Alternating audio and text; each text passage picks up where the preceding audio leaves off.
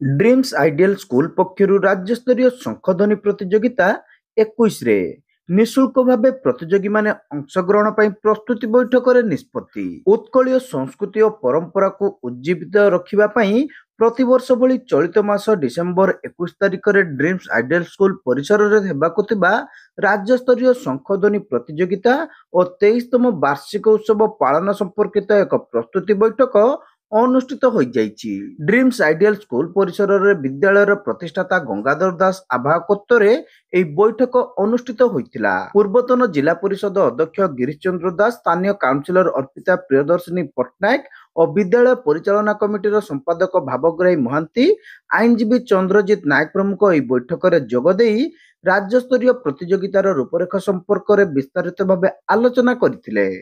21 तारिख सकाळ 9 ରୁ 11ଟା पर्यंत ଏହି ଶଙ୍ଖଧ୍ୱନି ପ୍ରତିଯୋଗିତା ଜାରି ରହିବ। ଏଥିରେ ଦୁଇଟି ବର୍ଗର ପ୍ରତିଯୋଗୀ ମାନେ ନିଃଶୁଳ୍କ ଅଂଶଗ୍ରହଣ କରିବେ। ପ୍ରଥମ ବର୍ଗ ବିଦ୍ୟାଳୟ ସ୍ତରୀୟ ଛାତ୍ରଛାତ୍ରୀ ଓ ଦ୍ୱିତୀୟ ବର୍ଗରେ କଲେଜ ଛାତ୍ରଛାତ୍ରୀଙ୍କ ସମେତ ଜାତି ଧର୍ମ ବର୍ଣ୍ଣ ନିର୍ବିଶେଷରେ ସାଧାରଣ ମହିଳା ପୁରୁଷ ଏଥିରେ ଅଂଶଗ୍ରହଣ କରିପାରିବେ। କୃତି ପ୍ରତିଯୋଗୀଙ୍କୁ ସନ୍ଧ୍ୟାରେ ଆୟୋଜିତ ହେବାକୁ ଥିବା ଡ୍ରିମ୍ସ ଆଇଡିଆଲ ସ୍କୁଲର 23ତମ ବାର୍ଷିକ ଉତ୍ସବରେ ପୁରସ୍କୃତ କରାଯିବ ବୋଲି ବୈଠକର ଆବାହକ ତଥା ବିଦ୍ୟାଳୟର ପ୍ରତିଷ୍ଠାତା ଗଙ୍ଗାଧର ଦାସ ସୂଚନା ଦେଇଛନ୍ତି।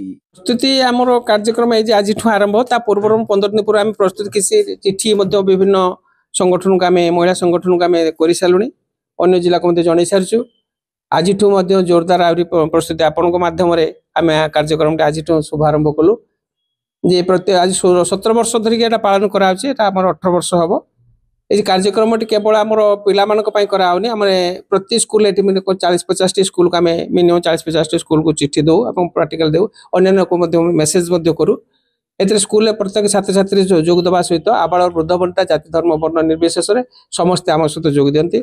ए वर्ष आम प्रस्तुति बैठक में आम निष्पत्ति नहीं प्रथम पुरस्कार जो रखीचु से आम 5,000 टंका रखीचु एवं द्वितीय पुरस्कार 3,000 टंका तृतीय पुरस्कार 2,000 टंका रखीचु एवं एटा आम डिसेम्बर 21 रविवार दिन सकाळ 8टा ରୁ 11ଟା ମଧ୍ୟରେ आमे जो कार्यक्रम करूँ एवं संध्यार आमर वार्षिक उत्सव।